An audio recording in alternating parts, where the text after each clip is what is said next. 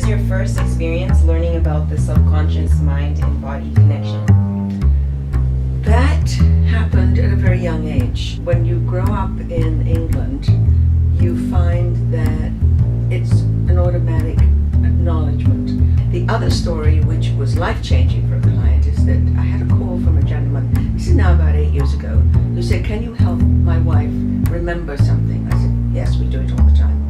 So she came in and she said, she told me that when she was about 17, she found herself sitting on a park bench, crying, no documentation, no purse, no nothing, and she couldn't remember who she was. All the time they were looking at the newspapers, watching and contacting the police. There was no report. So eventually she got herself a job at a dance school along the street, because she discovered she liked ballroom dancing. And there she met her husband-to-be, or she met her husband. And she told him, and he was the only one, she was now in her early 70s, this is when he was the only one that knew all these years that she didn't know who she was.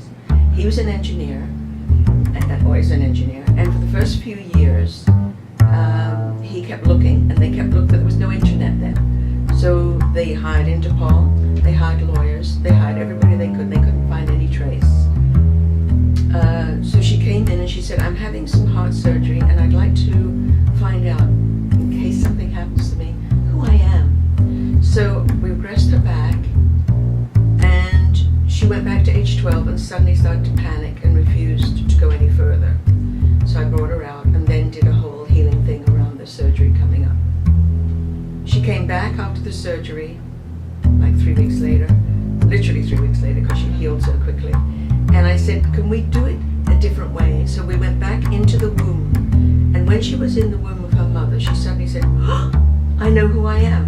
I know my father's name, and I know I'm one of 6 children." And she poured herself out of hypnosis and went rushing out to the reception area. She said, "I know who I am. I've got a name. I've got a name." That was mind-blowing. There's no way that could have been faked in any way, shape, or form. I truly believe this work. And I would put my life on it, and I do every day. So I knew that for other people's point of view, they didn't understand. And if you don't understand, then there's no point. I'm not here to educate the world. At least I wasn't then, I am now.